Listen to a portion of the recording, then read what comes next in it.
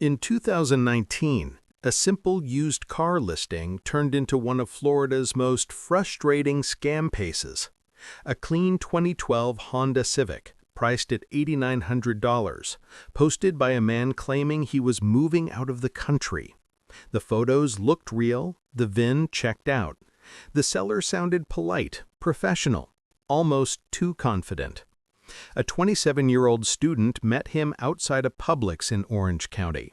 The silver Honda he brought was spotless, fresh tags, smooth engine, even dealership stickers still on the rear window. The seller spoke calmly, said he didn't want the hassle of negotiating, and handed over a laminated Florida title that looked absolutely perfect. The buyer counted out $8,900 in cash. The seller folded it, thanked him, and stepped into a black SUV waiting nearby, something the buyer only remembered hours later.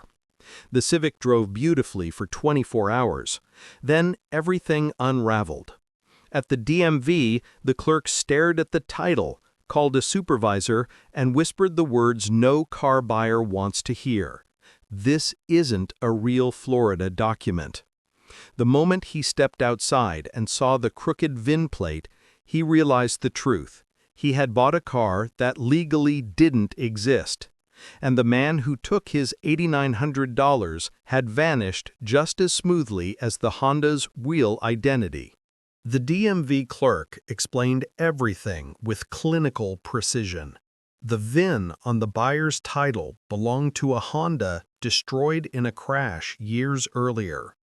This car was a clone, stolen plates, counterfeit stickers, and a forged title so convincing even trained inspectors needed a second look. The buyer rushed outside. The closer he examined the dashboard, the worse it became. Two mismatched screws on the VIN plate, a hairline crack where the original plate had been pried off, a faint outline of old adhesive. The Civic wasn't his. It wasn't for sale. It wasn't even registered. It had been stolen, repainted, and re-tagged by professionals, part of a ring detectives believed was flipping Hondas across Florida. When the victim tried calling the seller, the number was already disconnected. 10 minutes later, the listing disappeared. An hour after that, the profile that posted it was deleted entirely. He wasn't dealing with an amateur. He was dealing with someone who had done this many times. Detectives soon confirmed the worst. The same seller had already scammed multiple buyers across 3 counties using different names, different parking lots, but always the same Honda trick. And someone out there had lost far more than just $8,900. When detectives merged reports from Tampa, Orlando, and Kissimmee, a disturbing pattern appeared. Every victim described a friendly seller, a perfect-looking Honda, a rushed deal, and a title that fell apart under real scrutiny. The scammer didn't choose random victims. He targeted the vulnerable. New drivers, students, people who urgently needed a car and couldn't afford a dealership price. He studied them. He read their tone in messages. He picked people unlikely to fight back. And he perfected every detail. The stolen photos, the polite language, the forged titles printed on expensive paper that mimicked state stock, the public meetups that created false trust. But the most brilliant part of the scam was this: the seller never handed the keys over. The buyers drove off in cars whose keys were stolen from the original owners days earlier. So when the police eventually found the car, the real owner got it back. The victim lost everything, and the seller walked away completely clean. Until detectives spotted a microscopic detail in one of the videos, something the scammer didn't know he showed. A small mark on his wrist that would expose his real identity. Detectives reviewed Publix parking lot footage, frame by frame, looking for anything. The scammer kept his head down, wore sunglasses, avoided every camera, and stayed just outside each lens's range. But when he leaned into the Honda to explain dashboard controls, his sleeve slid back an inch, exposing a tiny lightning bolt tattoo on his wrist. It lasted less than a second on camera, but it was enough. Detectives ran it through gang databases. Nothing. Prison logs. Nothing. Then they searched social media, thousands of profiles, thousands of photos, until they found one. A mechanic in Orlando had posted a picture in 2018 with the exact same tattoo. Elias Eli Moreno, age 32, a known VIN manipulator, a repeat auto theft suspect, a ghost who slipped through every legal net for years. When police arrived at Eli's apartment, it was empty. Closet stripped, mattress gone, mailbox stuffed with unopened car auction letters.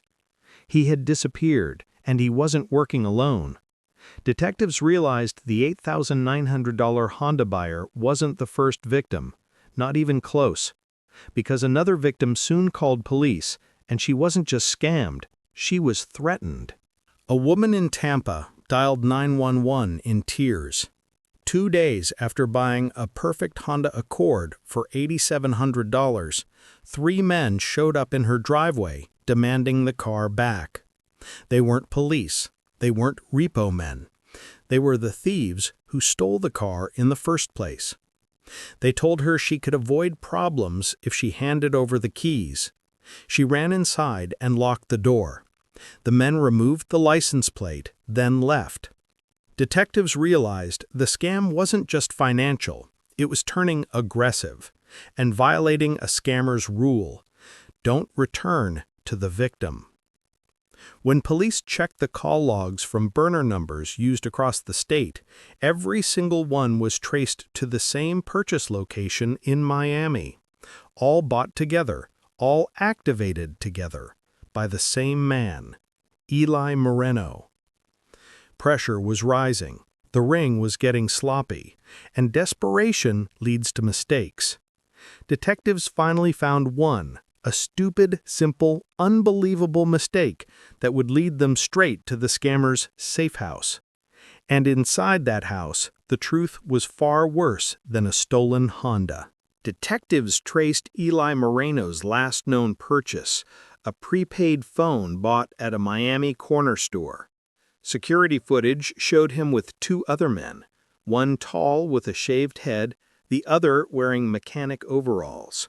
They loaded multiple prepaid phones into a backpack, paid in cash, and drove off in an old white van with mismatched panels. But the key detail wasn't the men. It was the license plate. A clerk accidentally captured a sliver of the plate's reflection in the store's glass door. Detectives enhanced the image and matched the partial plate to a rental property on the outskirts of Hialeah, a small house recently leased under a fake name. At sunrise, officers surrounded the home. No movement, no sound. They breached the door. Inside, the house was empty of people but full of secrets. Stacks of forged titles, boxes of VIN plates, tools for removing ignition cylinders, state stickers, laptop printers, photos of random Hondas taken in parking lots across Miami. And in the center of the living room, a whiteboard covered in buyer profiles, phone numbers, meeting locations, and cash amounts. The $8,900 Honda victim's name was listed, and not just his.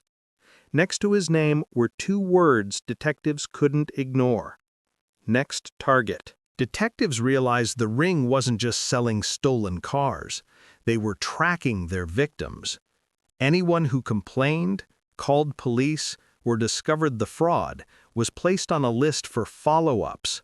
Follow-ups meant intimidation, threats, or worse, reclaiming the car before police could intervene. Inside the safe house, officers found a burner phone with dozens of text drafts. One message read, "Meet me, bring the car, no issues." Another, "Return vehicle or we come by." And another, "Last warning." They were threatening victims to keep them silent. The deeper detectives searched, the darker it became. A locked cabinet in the bedroom contained driver's licenses, not of the thieves, but of victims. Photos taken without permission during meetups. They had been collecting IDs, personal info, addresses, enough to terrorize anyone who tried to fight back, enough to choose their next target. But detectives still didn't know where Eli or his partners were hiding. That changed when they opened the garage. Inside was the white van from Miami, with one detail that froze investigators: a GPS tracker blinking beneath the dashboard, pinging a location miles away, a location the scammers had visited less than an hour earlier. The GPS tracker led police to an abandoned warehouse near Opelika Airport, a quiet stretch of industrial space used for storage, small repairs, and occasionally criminal hideouts. As officers approached, they heard the faint echo of metal tools. Someone was inside. SWAT moved in. The warehouse lights flickered overhead as officers swept the rooms. In the center, they found what looked like a chop shop: 4 stripped Hondas, piles of doors and bumpers, racks of VIN plates sorted by year and model. And in the far corner, behind a tarp, a small office space lit by a single bulb. Inside it was a desk covered in files, cash envelopes, and a half-finished fake title. But the most important item was a black duffel bag. Inside, $42,000 in cash, multiple burner phones, forged dealer stamps, and a Florida license with the face scratched off. The scammers were preparing to flee. Everything was packed, everything ready. They had been minutes away from disappearing forever. Then officers found something chilling: a folder labeled Buyers. Inside were addresses and schedules of everyone they had scammed, including the victim in Orange County. And detectives realized the ring wasn't done targeting him. Detectives immediately contacted the original $8,900 victim. He hadn't received threats yet, but the folder in the warehouse showed the scammers had planned to visit him in 2 days. The reason? He had filed a police report. To Eli and his partners, that made him a loose end. Police quickly set up surveillance near the victim's home. Hours passed. Then just after midnight, a black sedan slowly rolled down the street. Its lights were off. It stopped across from the victim's driveway. 2 men stepped out, one tall, one wearing mechanic overalls. The same 2 men from the Miami footage. They approached the victim's mailbox first, checking for outgoing letters. Then they walked toward the victim's Honda, still parked outside. One of them pulled out a tool. They weren't there to talk. They were there to take the car back. Before they could touch it, officers swarmed. The men ran. One was tackled in the grass. The other sprinted into the woods and vanished. The man captured refused to speak. No name, no address, no explanation. But police found a prepaid phone in his pocket. The last number dialed belonged to Eli. And Eli's location was finally about to surface. For weeks, Eli remained a ghost, switching phones, using different cars, never staying in one place. But detectives used the captured accomplice's phone to track one consistent signal: a warehouse space rented under yet another fake name in Broward County. Officers surrounded the building quietly, cutting power to block escape routes. They entered. Inside was a maze of car parts, tires, fake paperwork, but no Eli. Just a faint smell of burned plastic. A trash can nearby was still warm. Inside it were half-melted VIN stickers. Eli had destroyed evidence only minutes earlier. Then officers noticed a small hatch in the back wall leading to a storage room.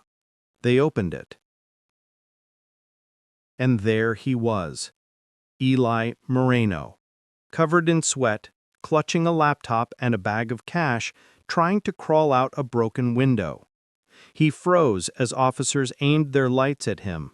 The chase was over. On the desk beside him was a list titled, "Next Cars to Flip." 3 more Hondas, 3 new victims already chosen. And the very next name on the list belonged to someone detectives hadn't expected. Someone connected to the case in a way that changed everything. The scam wasn't random. It had a target far bigger than a stolen Honda. When detectives examined Eli's next cars to flip list, one name stunned them: a Florida Highway Patrol officer who had unknowingly listed his Honda for sale online the week before. Eli wasn't just scamming civilians anymore. He was preparing to steal from law enforcement. This changed the case instantly. It meant Eli was escalating, desperate, willing to take risks no scammer should take. Detectives interrogated him for hours, but Eli stayed silent, leaning back in his chair like he'd already accepted whatever was coming. He refused a lawyer, refused water, refused to answer even basic questions. Then they brought him the folder found in the warehouse, the one full of buyers' names, schedules, and addresses. Eli glanced at it once. Something in his expression shifted. He looked away, his jaw clenched. He whispered, "Those weren't all mine." Detectives didn't expect that.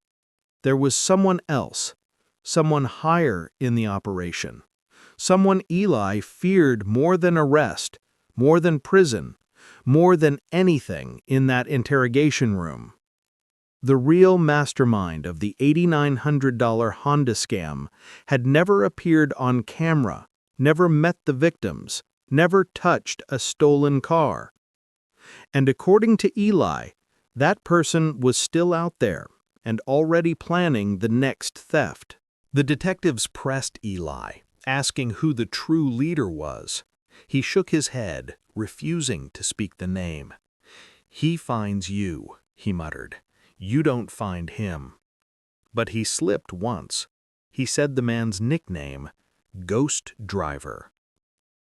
Detectives had never heard it. No record, no alias.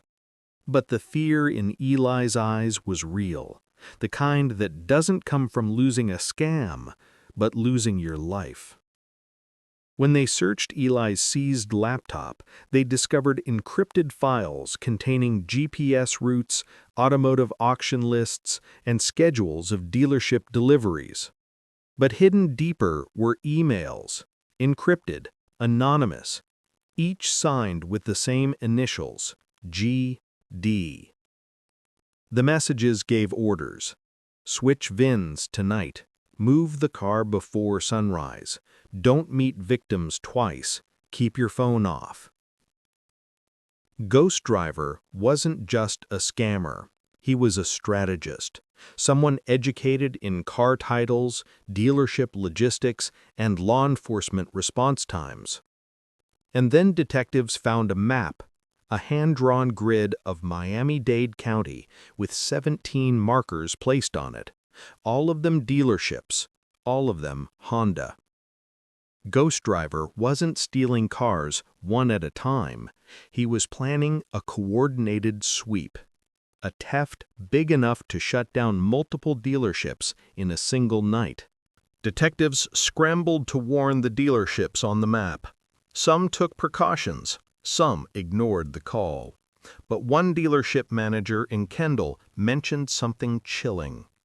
A man had visited 3 days earlier, asking technical questions about VIN placement and how keys were stored after hours. He wore a mask, gloves, and left before the manager could get his name. But the manager noticed something unusual. The man drove a Honda Fit, perfectly clean, perfectly average, except for the dashboard screws. 2 of them didn't match. A signature of VIN swapping, a signature of ghost driver. Detectives had missed him by days.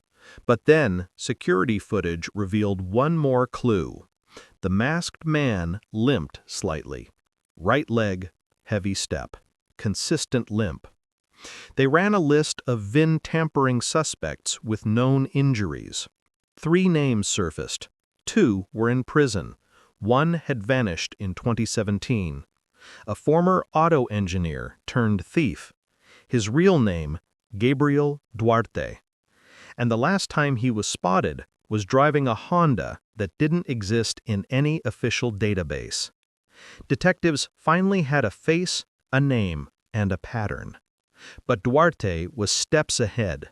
He was already preparing the biggest car heist in Florida history, and police had less than 48 hours to stop it. The first dealership theft attempt came at 3:14 a.m. on a Thursday. A silent alarm triggered at a Honda lot in Homestead. Officers raced to the scene, only to find the perimeter fence cut with surgical precision. 3 cars were already missing. No glass broken, no keys forced, no alarms tripped. Duarte had used a technique only dealership insiders knew: reprogramming key fobs using the vehicle's OBD port. In seconds, any locked car became his. Security cameras showed only shadows, a black hoodie, a limp, a Honda Fit circling the lot like a shark. Detectives predicted his next target using his map. The largest dealership circled in red, North Miami Honda, the one with the biggest inventory. If Duarte hit that location, the loss would exceed $500,000 in one night. Police set up a trap. Unmarked cars, helicopter, silent perimeter. They waited. Minutes passed, then hours. Nothing. Just silence. Detectives wondered if they miscalculated. Until 5:47 a.m., when a Honda CR-V slowly rolled into the lot, headlights off. It wasn't Duarte. It was one of his scouts, and he was about to lead police directly to the ghost driver's hideout if they didn't lose him first. Detectives tailed the scout's CR-V for 32 minutes, staying far enough behind to avoid detection. The driver didn't speed, didn't look paranoid. He moved like someone who had done this dozens of times. The CR-V eventually pulled into an old mechanic shop on the outskirts of Little Haiti, a building that looked abandoned from the outside. Inside, it was anything but. Through a crack in the warehouse door, officers saw rows of stolen Hondas lined up like inventory, tables covered in VIN plates, stacks of blank titles, industrial printers humming quietly. And in the back of the room, a man with a limp, wearing gloves, carefully peeling a VIN sticker from a silver Accord. Gabriel Duarte, the ghost driver. But before officers could move in, Duarte suddenly stopped working. He turned toward the door, as if he sensed the trap. He whispered something to the scout. Both men sprinted toward the rear exit. Detectives burst in. Engines roared. Doors slammed. And the chase began through the narrow streets of Little Haiti. Duarte drove like someone who knew every corner, every alley, every blind turn. He wasn't running blindly. He was leading them somewhere. Straight into the heart of the operation he'd spent years building. Duarte's Honda Fit tore through Little Haiti's side streets with detectives close behind. He clipped corners, drifted around intersections, and weaved through traffic like he'd practiced each turn 1,000 times. Every move calculated, every escape route memorized. The chase became a labyrinth of alleys and back roads no GPS could predict. Officers stayed on him, but Duarte seemed to know exactly when they hesitated. At one point, he cut through a half-collapsed parking structure, forcing patrol cars to slow down while he slipped out the other side.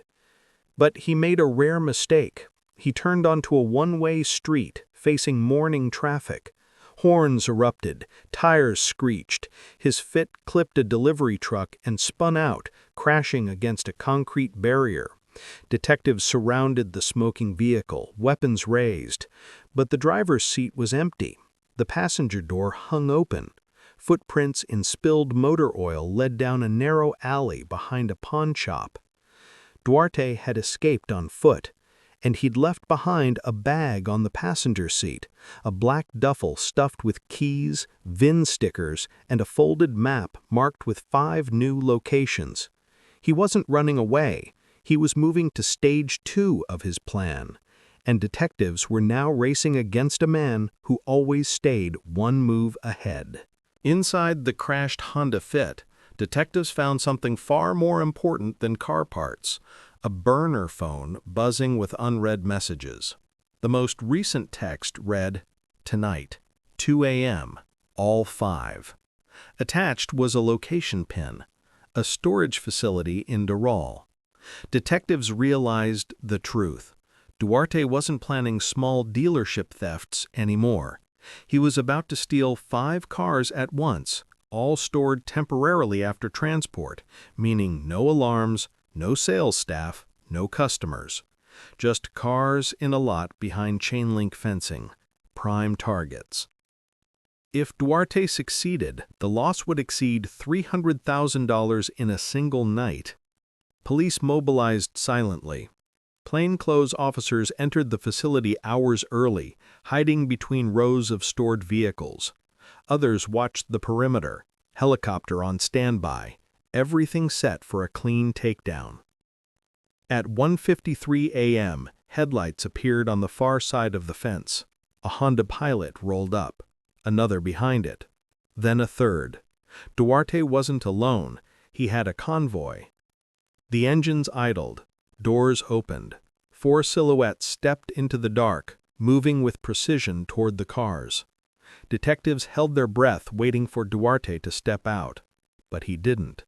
Someone else walked out of the lead vehicle, someone detectives had never seen before. A figure who made even Duarte look small. The figure emerging from the Honda Pilot carried himself nothing like the other thieves. He wore a clean jacket, polished boots, and moved with quiet authority. Even in the dark, his posture radiated control. This wasn't a street-level criminal. This was management. He inspected each vehicle with a flashlight, tapping his finger on the hood of every one they planned to steal, giving silent directions to the others. Not a word spoken. This was a man the crew feared and followed. Detectives recorded every second. Still no Duarte, no limp, no sign of the ghost driver. Then the man looked toward the shadows where officers hid, not directly at them, but close, too close, as if he sensed them. He waved his hand. Immediately his crew froze, then retreated back to the vehicles. The operation had been blown. Someone tipped them off, or the man simply knew the pattern of police ambushes. Detectives checked the camera footage again and again. His face was never visible, just a shadow, a ghost-like presence. And one detective finally whispered what they all feared. This isn't Duarte. This is someone above him. The convoy vanished into Miami's early morning traffic.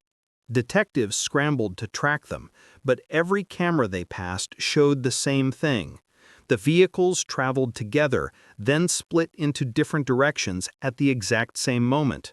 A coordinated escape. Perfect timing. No hesitation. This wasn't a small scam ring anymore. This was a structured operation with hierarchy, money flow, roles, and escape routes designed months in advance. Back at headquarters, analysts deepened their search into the shadowy figure. They scoured rental records, shipping manifests, auction logs, temporary license plate databases. Then they found something strange, a pattern of vehicles purchased under the name Javier Orozco, with addresses that didn't exist, a ghost identity, used for nearly 6 years, connected to over 40 Hondas. A lie had never mentioned him. None of the captured scammers did, because they weren't allowed to. Orozco was the man behind everything, the one they called Ghost Driver, long before Duarte earned the same nickname. If Duarte was the brains of the street-level operations, Orozco was the architect, untouchable, invisible, always 2 steps ahead.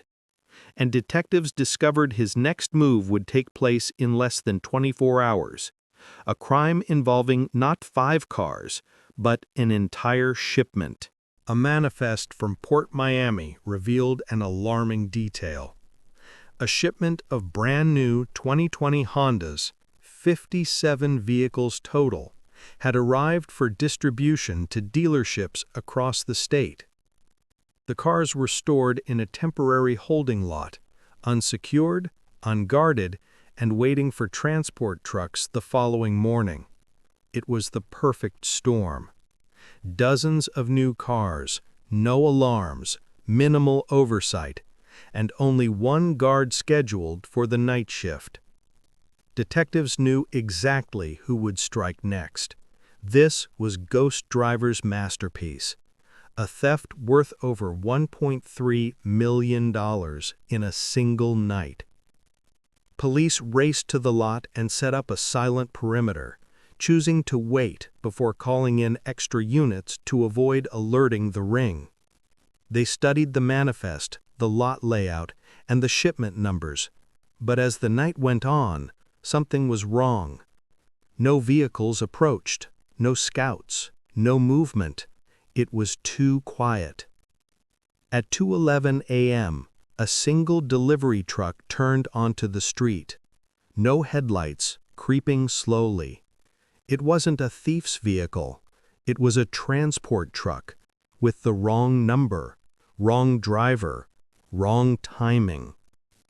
Ghost Driver had already begun the operation, but not at the lot detectives were watching. They were guarding the wrong shipment. Detectives rushed to recheck the shipping manifest. That's when they saw it. A second shipment entry, nearly identical, but with one tiny difference in the routing code. The real Hondas weren't at the Port Miami lot. They had been rerouted earlier that evening to a secondary staging area near Medley, a location used only when the port overflowed. Ghost Driver hadn't changed the plan. He had simply moved the target, and detectives had walked straight into his misdirection. The Medley lot was remote, poorly lit, and surrounded by industrial warehouses, perfect for a mass theft.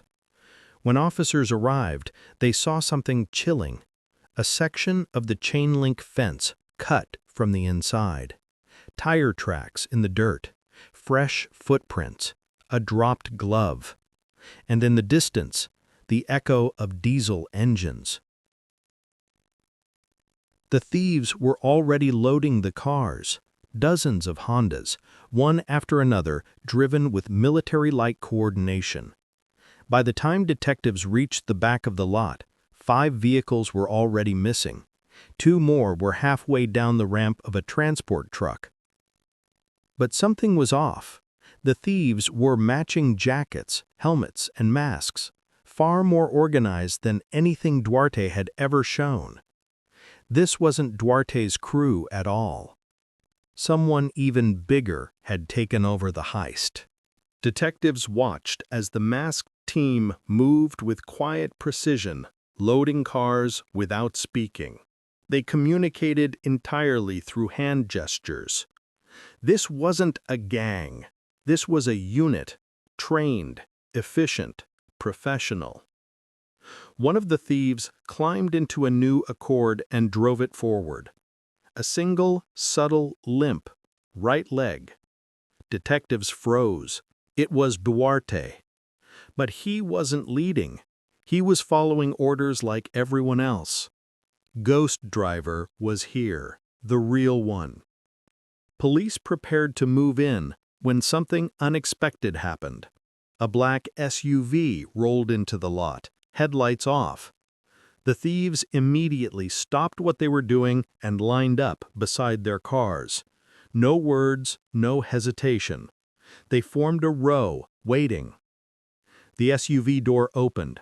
A man stepped out, wearing a clean jacket and gloves. No limp, no nervousness, just complete control. He scanned the lot slowly, looked directly toward the shadows where detectives hid, then nodded once. Every thief climbed back into a Honda. Engines roared in unison. Cars peeled out of the lot like a synchronized escape. Detectives tried to block the exits, but the SUV cut across the path, forcing them to pull back. The convoy disappeared into the dark, and the man walked calmly back to his SUV, vanishing without ever showing his face. By dawn, 7 new Hondas were gone. The heist was clean, precise, barely a trace left behind. Detectives ordered a full sweep of the Medley lot.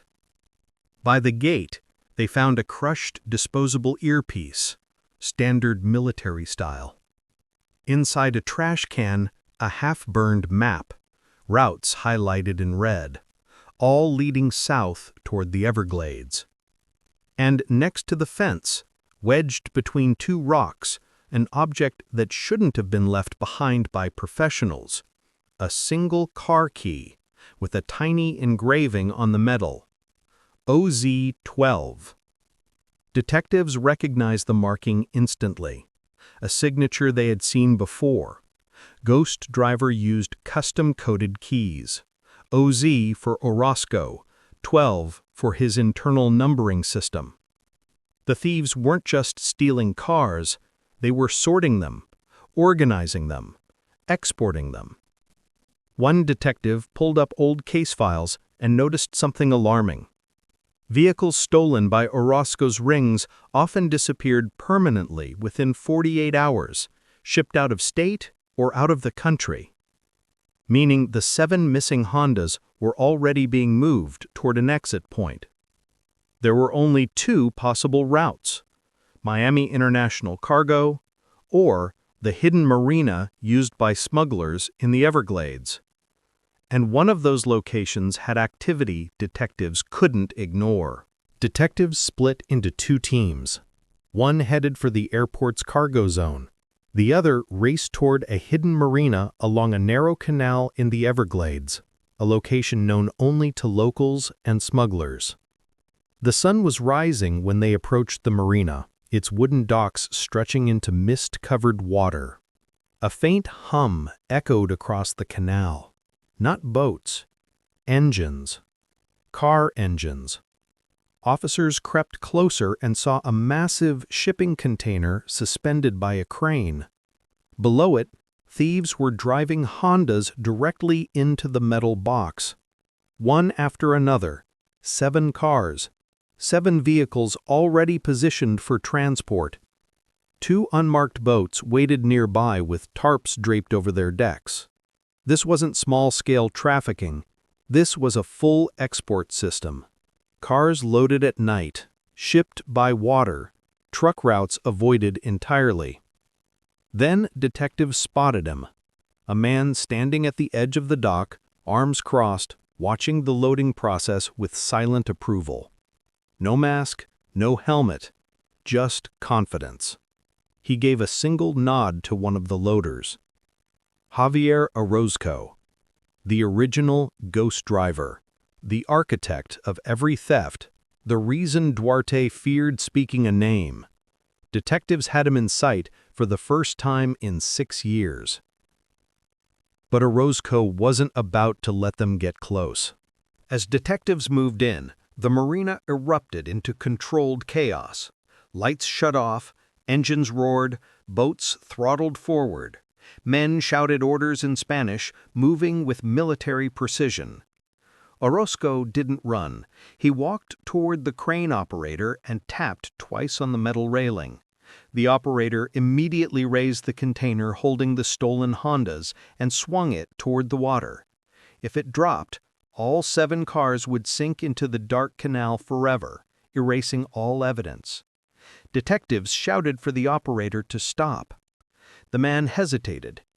Then Orozco pointed at something behind the officers. A black SUV speeding toward the dock. Backup for the thieves. They had planned countermeasures. They were ready for police.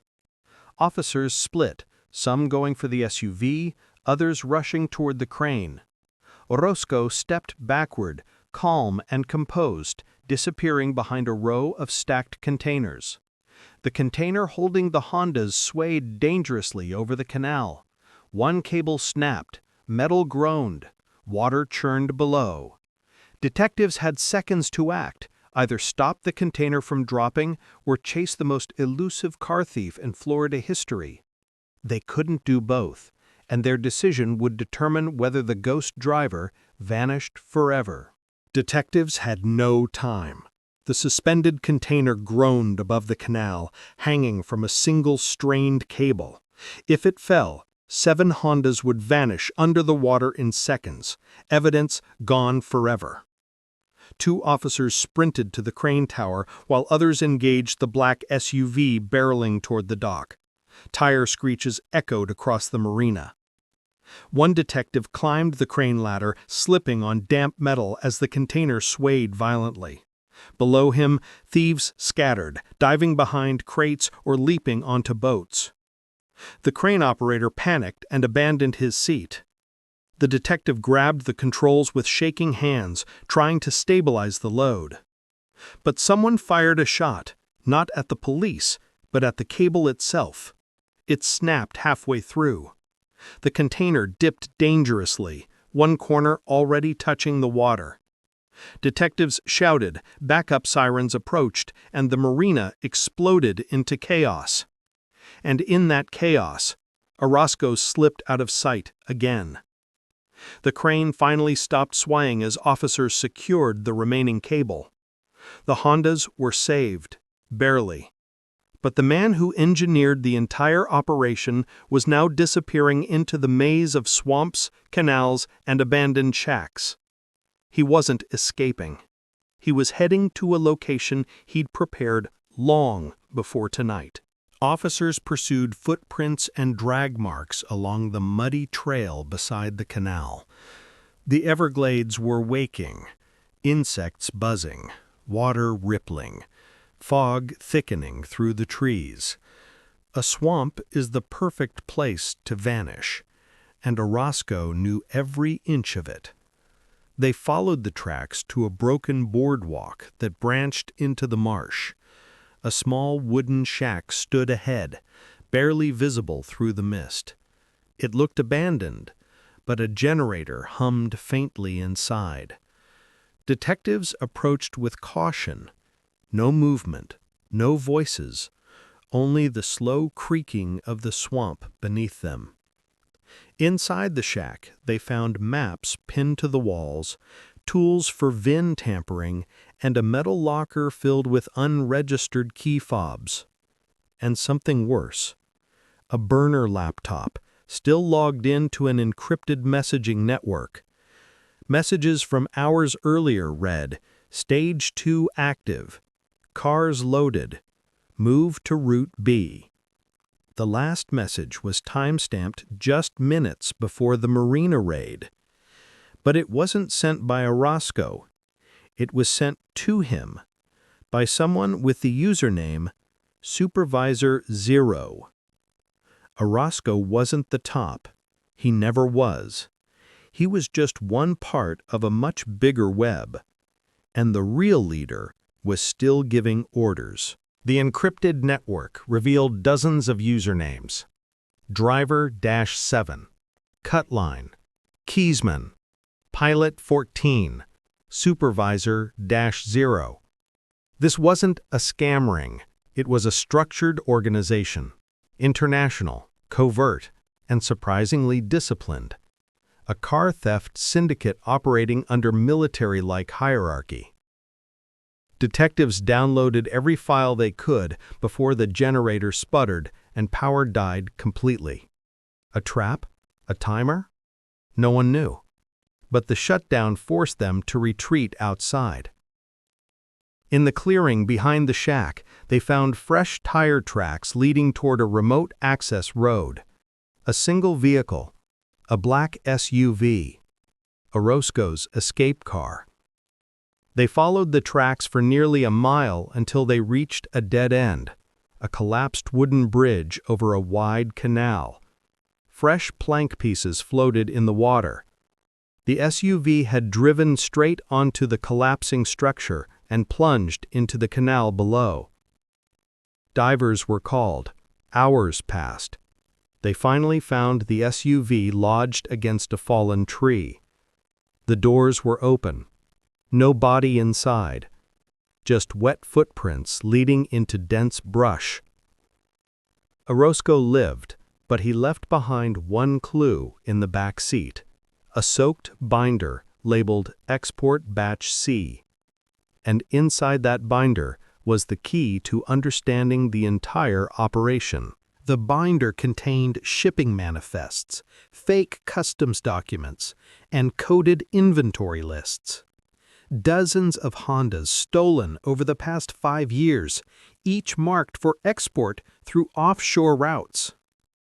But one page stood out, a handwritten sheet titled Primary Buyers. 10 foreign companies, all shell corporations, all offshore accounts, all traced back to one country, Ecuador. Not Mexico, not Colombia, not Cuba. Ecuador. A surprising hub, but perfect for disappearing stolen U.S. vehicles into South America. Then detectives noticed something chilling at the bottom of the list. Batch C, 57 units, followed by a date, tomorrow. The entire stolen shipment wasn't meant for local resale. It was scheduled to leave Florida waters within 24 hours. If it crossed into international territory, the case would effectively die. One more note appeared on the back page. Supervisor Zero will confirm extraction time, meaning the leader wasn't at the marina, wasn't in the swamp, wasn't even in Florida. He was orchestrating everything remotely. But the binder contained something he never expected detectives to find. A satellite phone number, the one Supervisor Zero used to issue orders. And when detectives dialed it, someone answered. The voice on the satellite phone was calm, composed, and unmistakably older. Someone used to being obeyed. Report. Just one word. He thought Orozco was calling. Detectives stayed silent. The voice continued. If the cars are on the water, proceed. If not, eliminate the delay. Then he hung up. This wasn't a thief. This wasn't a mechanic. This was command. Someone who didn't worry about raids, police, or consequences. Someone unfazed by losing a man like Orozco. Detectives traced the satellite signal. It bounced through multiple relays, but one location stood out. A shipping yard in Guayaquil, Ecuador, the exact port tied to the shell companies. This was no local ring. It was an international vehicle export network using stolen U.S. cars as inventory. Duarte and Orozco weren't masterminds. They were middle managers, expendable, replaceable, controlled by a man who never appeared in the country. The real ghost driver, Supervisor Zero. But the satellite trace also revealed something unexpected. A signal returning to Florida. A second phone. A device much closer than anyone realized.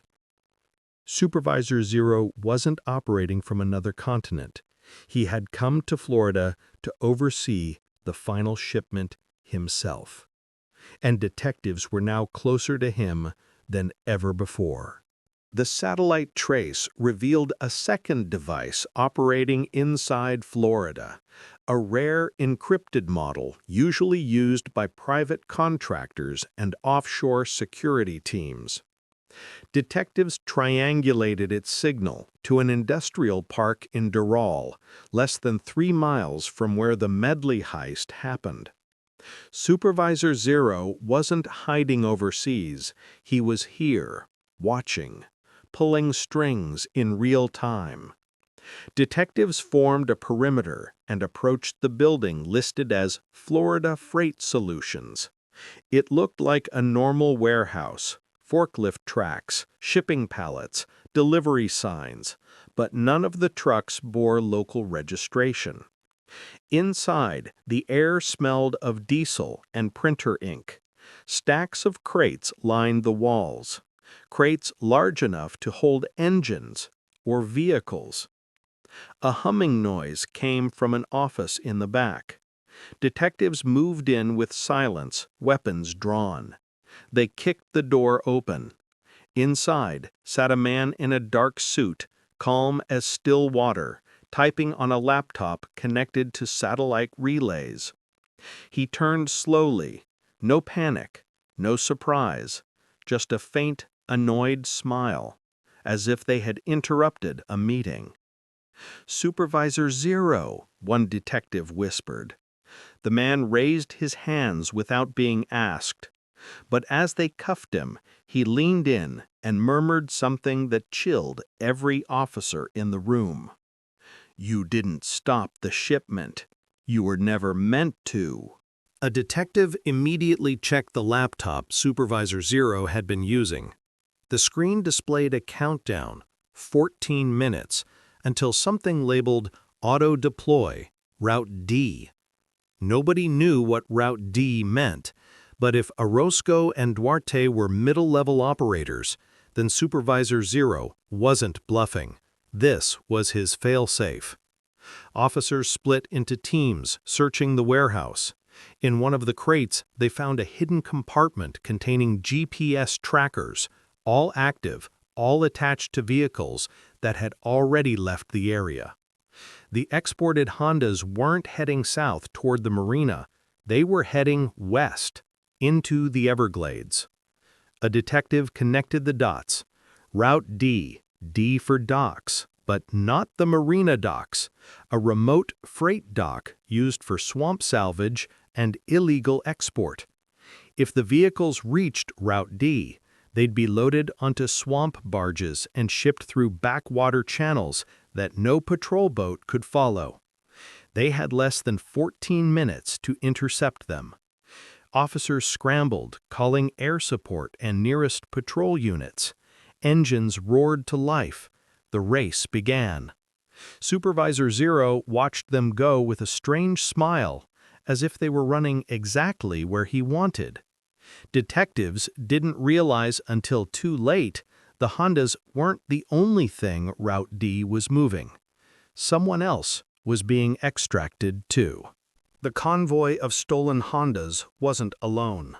Drones captured a second group of vehicles moving behind them, 2 black SUVs and a cargo van. One detective recognized the van immediately from earlier footage. It was Duarte's original transport vehicle. Duarte wasn't fleeing to safety, he was being extracted. So was Orozco. Supervisor Zero had planned to remove every key member from Florida before dawn. The Route D dock sat deep in the swamp, a hidden industrial platform built decades ago for clearing storm debris. Now it served a different purpose. Night vision cameras caught silhouettes loading cargo onto low-draft boats designed to slip through mangrove tunnels unseen. When detectives approached the clearing, they saw two boats already drifting into the fog. One carried crates, the other carried people. Duarte stood on deck, bruised but alive. Orozco stood next to him, hands clasped behind his back. Both men stared at the approaching police lights without panic. Then a third figure stepped into view, taller, wearing a hood. He lifted a hand and pointed it at the officers watching from shore. A silent command. The boats accelerated. Engines screamed. Spray exploded behind them. In seconds, they vanished into the mangroves. Supervisor Zero wasn't acting alone. There was someone above him, someone they hadn't identified till this moment. Detectives recovered what the fugitives left behind at the Route D dock. Machinery, ropes, fuel containers, and a small waterproof case. Inside it were documents sealed in plastic. 5 passports, all with different names, all with the same faces. Duarte, Orozco, 2 unknown men, and the tall figure who pointed at officers. This wasn't a local crime ring. It was a mobile, international crew with escape plans prepared months ahead. The case also contained something more disturbing, a ledger listing the sale value of each stolen vehicle. To the right of every dollar amount was a code. Handled by O, transported by D, approved by S0, and next to some entries, final OK, A. Detectives circled the letter A. Who was A? Why only on high-value shipments? Why above Supervisor Zero in the chain? They searched the case again. At the very bottom was a business card. Atlantis Maritime Logistics, a front company known for clearing materials after hurricanes. Its listed CEO?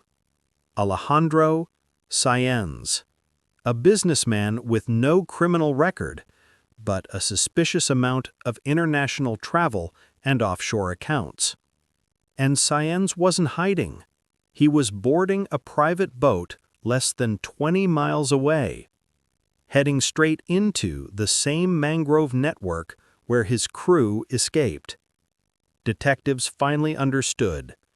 A didn't stand for assistant, it stood for Alejandro. Helicopters swept the mangroves at sunrise, their lights piercing the fog. Boats moved in coordinated lines, searching canals where fugitives could be hiding. Hours passed. They found abandoned equipment, discarded crates, footprints leading nowhere. But no boats, no Duarte, no Orozco, no Alejandro Sáenz. The swamp had swallowed the ghost driver network whole. Every escape route had been prepared in advance: false trails, decoy docks, abandoned boats. By mid-afternoon, the operation officially shifted from manhunt to international investigation. Interpol, Customs, and multiple South American agencies were alerted. The stolen Hondas from that night were never recovered. And as for Supervisor Zero, he faced charges for conspiracy, fraud, trafficking, and organized theft. But without his boss in custody, he refused to speak. Every question was met with the same calm line: "You stopped one shipment, not the system." The $8,900 victim eventually received restitution, but the car itself was returned to its original owner, and the ring he had stumbled into continued to operate in shadows far beyond Florida. To this day, Duarte, Orozco, and Alejandro Sáenz remain unlocated. Their last confirmed location was a canal that fed into the endless maze of the Everglades. 3 men, 57 stolen Hondas, millions in losses, one syndicate still active, and it all started with a simple ad for an $8,900 Honda Civic.